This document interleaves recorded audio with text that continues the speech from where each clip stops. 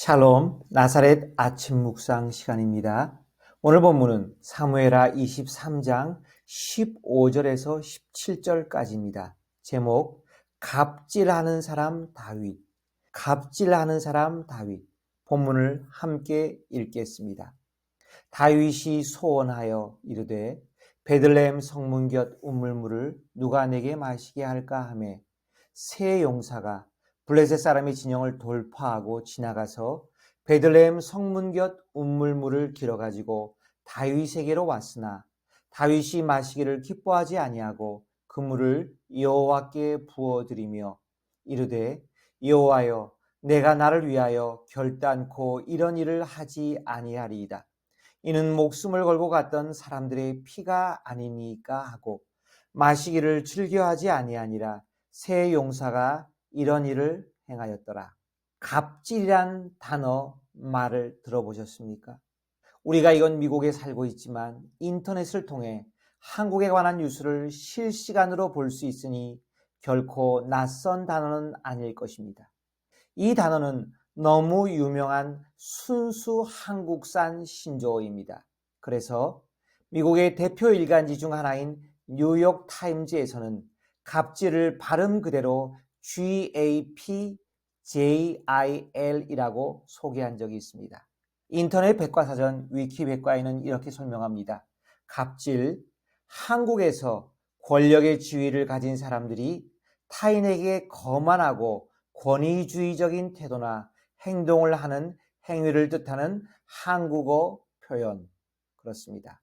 아마도 우리에겐 모 항공회사의 땅콩 회항 사건으로 더 잘 알려지고 유명해졌을 것입니다. 이것은 한국의 문화가 세계에 알려지기 시작한 이후로 가장 가슴 아프고 부끄러운 사건 중에 하나입니다. 어느 교수는 말하기를 한국의 갑질 문제는 단순히 갑질을 행한 개인의 도덕성의 문제가 아니라 사회 구조적인 문제이며 한국 사회의 기저에 갑의 강압적인 역할과 을의 저자세가 깔려있기 때문에 개개인이 그런 문화를 답습하는 것이다. 싫든 좋든 우리 인간은 태어나면서부터 다양한 관계를 맺고 살아갑니다. 지금이야 개인의 인권이 굉장히 발달되고 존중받고 있는 세상이지만 과거에는 결코 그렇지 않았습니다. 왕조의 시대였고 주종의 관계가 분명한 그런 시절이었습니다.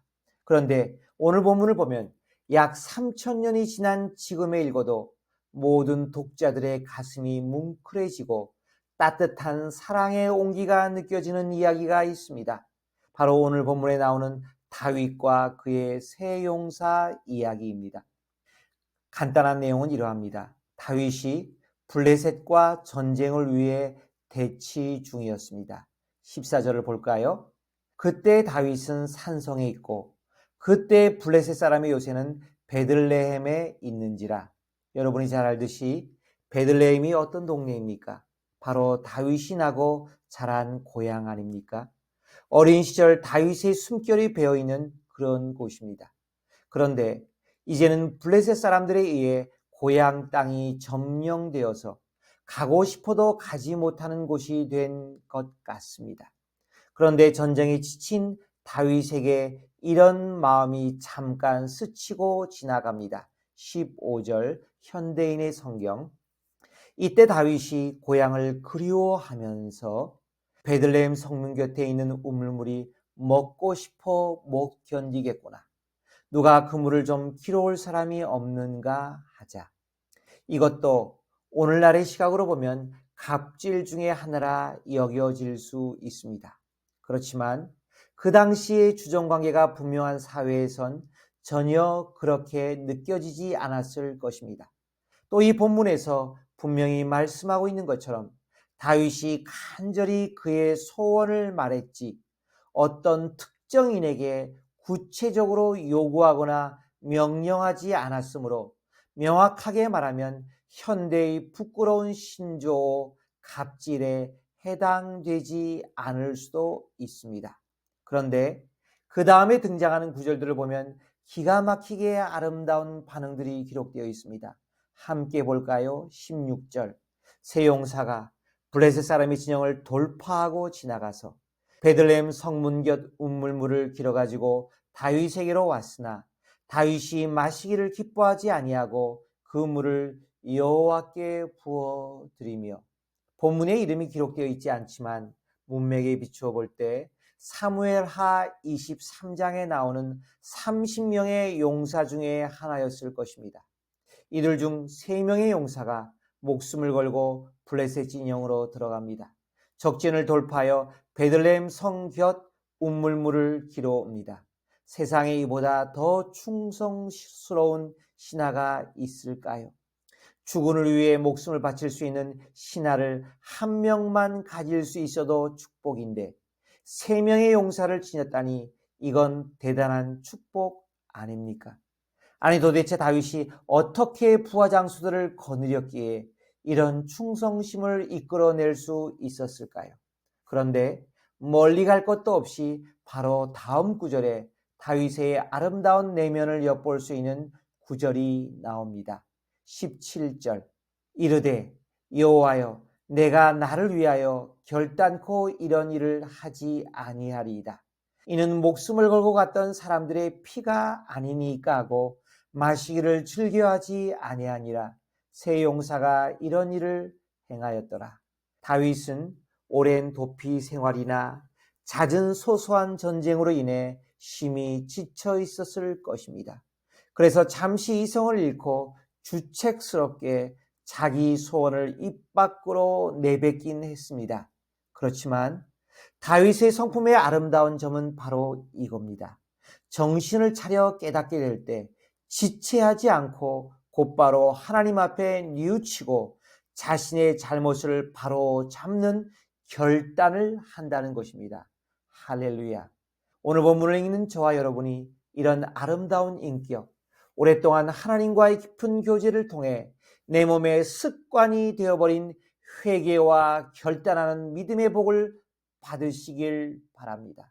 왜죠? 자기가 간절히 원한 고향 운물가의 한 병의 물이 바로 자기가 가장 아끼고 사랑해야만 하는 부하 장수의 목숨값이었다는 것을 깨달았기 때문입니다. 그는 결코 이 물을 마실 수 없었습니다. 어떻게 합니까? 이 물을 여호와 하나님께 바칩니다. 사랑하는 나사렛 묵상에 참여한 여러분, 우리에게 주어진 시간이나 물질이 참으로 소중한 것이 사실입니다. 작은 것 하나라도 함부로 낭비해서는 안 됩니다. 그렇지만 그것이 우리의 사랑하는 교우들의 목숨값이었다면 어찌 하시겠습니까? 이곳 LA에서 대형 할인 매장 코스코에 가면 약 10불 미만의 돈을 지불하고 생수 40개들이 한 박스를 살 수 있습니다. 물 한 병 값이 1불도 안 됩니다. 정말 작고 보잘것 없습니다. 그렇지만 저는 이런 상상을 해봅니다. 이 작은 물 한 병에 들어있는 성도들의 눈물과 피땀의 가치를 우리가 볼 수 있다면 어떨까요? 단순히 눈에 보이는 어떤 물건이나 시간의 산술적인 가치를 넘어 그 속에 담긴 성도들의 믿음과 헌신과 충성을 헤아릴 수 있다면 어떨까요? 더구나 주께 바쳐진 작은 것들이 산술적인 가치로 볼 때 보잘것 없을지라도 성도들의 열악한 환경에도 불구하고 순전한 마음으로 주께 바친 것이었다면 어떨까요? 예수님께서 부자의 많은 헌금을 칭찬하신 것이 아니라 가난한 과부의 투렙돈을 칭찬하신 것처럼 말입니다. 만약에 우리가 이 정도의 안목으로 사람들을 대할 수 있다면, 이 정도의 마음과 자세로 우리의 사랑하는 성도들을 바라보고 대우할 수 있다면 우리는 누가 뭐래도 다윗처럼 주를 기쁘시게 하는 지도자가 될 수 있습니다. 우리의 눈이 미처 알아차리지 못할 때에도 소리 없는 충성과 헌신을 다하는 귀한 동역자들과 함께 사역할 수 있습니다. 함께 드리는 기도, 사랑의 하나님 고맙습니다. 우리가 본받고 싶은 이런 아름다운 믿음의 모델을 세워주시니 감사합니다. 하나님이 세우시는 위대한 일꾼들은 은혜로 만들어지지만 또한 하나님을 향한 맑고 깨끗한 마음으로 순전하게 회개하고 결단할 때 완성됨을 보았습니다. 오늘 하루 나의 삶 속에 이런 깊고도 넓은 은혜를 허락하여 주옵소서. 예수님의 이름으로 기도합니다. 아멘.